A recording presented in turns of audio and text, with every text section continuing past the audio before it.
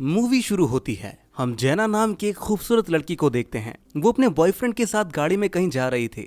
जैना अपने बॉयफ्रेंड से कहती है कि मैं तो तुम्हें बहुत पसंद हूं ना, हम दोनों जल्दी शादी कर लेते हैं। लेकिन तभी इनका रास्ते में बहुत खतरनाक एक्सीडेंट हो जाता है। हादसे में जैना बच तो जाती है, लेकिन उसका बॉयफ्रेंड जगह पर ही मारा जाता है। इस हादसे के बाद से जैना पूरी तरह से टूट चुकी थी।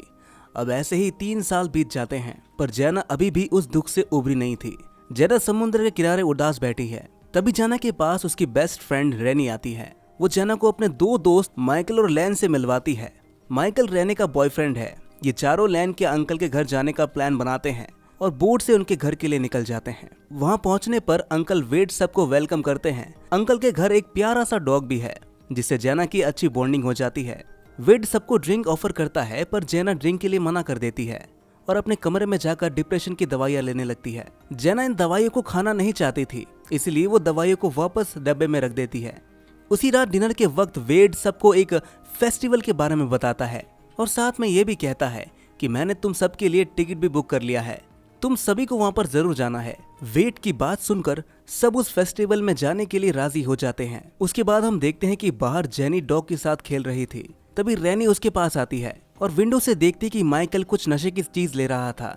ये देखकर रैनी जेनी से कहती है कि माइकल आजकल कुछ ज्यादा ही नशा कर रहा है और वो पहले जैसा मेरी बात भी नहीं मानता। ये दोनों बात कर ही रहे होते हैं कि तभी वेड वहाँ पर आता है और सबको पार्टी में शामिल होने के लिए कहता है। वहीं घर में माइकल सोना देखता है और कहता है कि क्यों ना हम भी इस टीम बात ले ले। वही रैनी को लगा कि जेनी को शायद ये पसंद नहीं आएगा, तो वो उसे सीधे पार्टी में चलने के लिए कहती है, पर जेनी पार्टी में जाने से मना कर देती है और स्टीम बात के लिए राजी हो जाती है।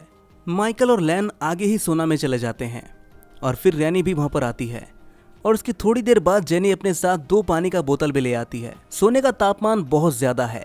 ये चारों दोस्त सोना में एंजॉय करते हैं। वो लैन सबको बताता है कि ये सोना उसके अंकल ने खुद ही बनाया है। इसमें जो पत्थर लगे हैं वो गैस के ऊपर रखे होने की वजह से बहुत गर्म होते हैं। अगर इन पर पानी डाल दिया जाए तो इससे गर्मी और भी बढ़ जाती है। थोड़ी ही देर में सबको इतनी गर्मी लगती है कि सब बाहर आकर नदी में डुबकी लगाते हैं और फिर से रैनी और जैना वापस सोना में आ जाते हैं। वही बाहर माइकल और लैन बहुत ड्रिंक करते हैं, पर माइकल को कुछ ज्यादा ही नशा चढ़ जाता है और रैनी के पास आकर कमरे में जाने के लिए कहता है, पर रैनी जाने से मना कर देती है तो माइकल अकेले ही कमरे में चला जाता है। तभी उसकी थोड़ी देर बाद जोर से गिरने की आवाज आती है। सबको लगा जैसे माइकल गिर गया है। लैन उसे देखने जाता है, लेकिन दरवाजा अंदर से बंद था। सब मिलकर दरवाजा खोलने की बहुत कोशिश करते हैं, लेकिन दरवाजा खुलता नहीं। पहले तो लगा कि माइकल मजाक कर रहा है, लेकिन जब उसकी आवाज नहीं सुनाई देती है तो सबको समझ में आ चुका था कि वो लोग अंदर फंस चुके हैं। वही लैन बताता है कि अगर हम जल्दी से यहाँ से बाहर नहीं निकले तो गर्मी की वजह से हमारी जान तक जा सकती है। तभी रैनी की नजर सोना में लगे एक डिवाइस पर पड़ती है, जिसे देखकर वो कहती है कि अगर इसे हम तोड़ दें तो शायद गर्मी कम हो सकती है। लेकिन लैन बताता है कि ये सिर्फ तापमान चेक करने के लिए है, अगर इसे तोड़ा तो गर्मी और भी बढ़ सकती है। तभी रैनी गुस्से में एक लकड़ी का चम्मच उठाती है और खिड़कियों में लगे शीशे को तोड़ने लगती है। इसमें लैन भी उसकी मदद करता है। वो वहाँ पर रखे पत्थर में से एक गर्म पत्थर निकालकर उसे पानी में ठंडा करके उस पत्थर से शीशे को तोड़ने की कोशिश करता है। कई कोशिशों के बाद आखिरकार शीशा टूट जाता है, पर लैन का हाथ काफी ज्यादा जख्मी हो जाता है। शीशे को तोड़ने के बाद सोने के अंदर ठंडी हवा आने लगती है। फिर लैन वहां से झांककर देखता है कि दरवाजे पर एक सीढ़ी लगी है जो दरवाजे को ब्लॉक कर रही थी। वो रैनी और जेनी को बताता है कि हमें कुछ न कुछ करना होगा। जेनी लैन से पूछती कि हमें कितना टाइम लगेगा। लैन कहता है कि हमें यहाँ पर थोड़ी फ्रेश हवा मिल गई है, इसलिए हम थोड़ी देर और यहाँ पर रह सकते हैं, लेकिन ज्यादा टाइम नहीं, क्योंकि जल्दी यहाँ पर गर्मी बढ़ने लगेगी। ये सुनकर रैनी और जैना उससे कहती है कि प्लीज यहाँ से निकलने का कोई रास्ता ढूंढो, हमें बाहर जाना चाहिए।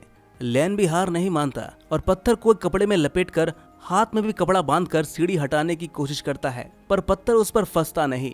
इससे रैनी और जैना और भी ज्यादा परेशान हो जाती हैं।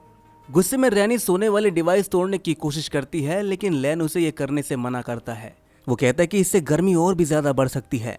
लैन दूसरा तरीका सोचता है। वो कहता है कि मैं यहाँ पर लगी बल्ब तोड़ दूंगा, इससे सिस्टम फ्यूज हो जाएगा और लाइट भी चली जाएगी।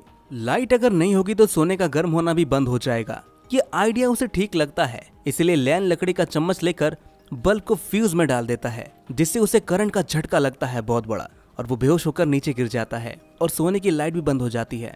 रैनी और जैना लैन को जगाने की कोशिश करती हैं।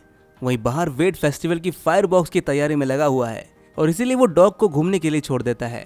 इधर सोने में तीनों की हालत बेहद खराब होती जा रही थी। तभी रैनी ने जेना से माफी मांगी और कहती कि मुझे माफ कर दो क्योंकि मैं ही तुमको यहाँ पर लेकर आई थी।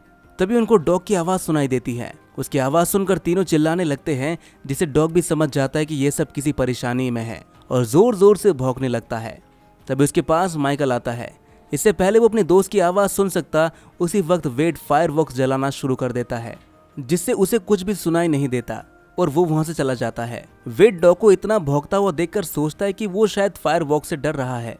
तभी माइकल वेड के पास आता है तो वेड उससे पूछता है कि तुम पार्टी में क्यों नहीं आए। माइकल बताता है कि ज्यादा पीने की वजह से मैं सो गया था और उठने के बाद मैंने देखा कि सब पार्टी में चले गए हैं। मैं पार्टी में गया था लेकिन मुझे पार्टी में एंट्री नहीं मिल रही थी और मैं इसीलिए वापस आ गया। तो वेड उसे अपने साथ ड्रिंक करने के लिए ले जाता है और वहीं सोने में पानी खत्म हो जाता है और रैनी गुस्से में डिवाइस तोड़ने के लिए आगे बढ़ती है, लेकिन जेना उसे रोकने की बहुत कोशिश करती है, पर इस बार रैनी नहीं मान रही थी, जिस वजह से दोनों लड़ती हैं और जेना रैनी को रोकने के लिए एक पत्थर उठाकर उसके सिर पर मार देती है, जिससे रैनी बेहोश हो जाती है। जेना ऐसा नहीं करना चाहती थी, लेकिन जल्दी में उसे ऐसा करना पड़ता है और खुद ही गुस्से में आकर उस पत्थर से डिवाइस तोड़ देती है, जिससे गर्मी अब और भी ज्यादा बढ़ जाती है।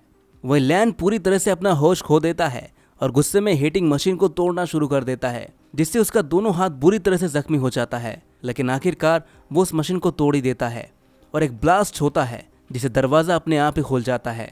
लेकिन इस ब्लास्ट में लैन की मौत हो जाती है। दरवाजा खुला देखकर जेना जल्दी से बाहर निकलती है और पानी पीने लगती है और तभी उसे रैनी की आवाज सुनाई देती है और हम जेना को सोने में देखते हैं। ये सब हेलुसिनेशन की वजह से हो रहा था, यानी वो अभी भी सोने में ही फंसे हुए थे। तभी रैनी को होश आता है और जेनी उसकी मदद करती है और सांस लेने के लिए वो रैनी को खिड़की के पास बांध देती है। वही बाहर आकर माइकल देखता है कि उसके दोस्त अभी तक पार्टी से वापस नहीं लौटे थे, पर वो उन्हें ढूंढने की बजाय वहीं पर सो जाता है। उधर सोने में जेना किसी तरह तापमान कम करती है और फिर वहीं पर बेहोश हो जाती है। अब यहाँ से सीन शिफ्ट होकर कुछ वक्त पीछे जाता है। हम देखते हैं कि जब माइकल गिरा था तो उसने सीढ़ी को दीवार पर नहीं बल्कि दरवाजे पर खड़ा कर दिया था और लैन जब दरवाजा खोलकर वापस बंद करता है तो सीढ़ी और अच्छे से ब्लॉक हो गया था। अब हम प्रेजेंट में देखते हैं कि थोड़ी देर बाद वेड आता है और खिड़की से उनको रैनी दिखाई देती है, जिसे देखकर वेड जल्दी से सीढ़ियां हटाता है और दरवाजा खोलता है और साथ ही पुलिस को भी इन्फॉर्म कर देता है। पुलिस के आने के बाद रैनी और जेना को हॉस्पिटल ले जाया जाता है और लैन की डेड बॉडी को भी बाहर निकाला जाता है। किसी को समझ में नहीं आ रहा था कि ये सब हुआ तो हुआ कैसे। वही माइकल बाद में रो रहा था क्योंकि उसे लग रहा था कि लैन नशा करने की वजह से मरा है। और इसी के साथ ही मूवी यहीं पर खत्म हो जाती है दोस्तों। तो दोस्तों कैसी लगी आपको ये कहानी कमेंट में जरूर बताइएगा और ऐसी मूवीज एक्सप्लेनेशन देखने के लिए द एक्सप्लेन स्क्रीन को सब्सक्राइब जरूर कर लीजिएगा।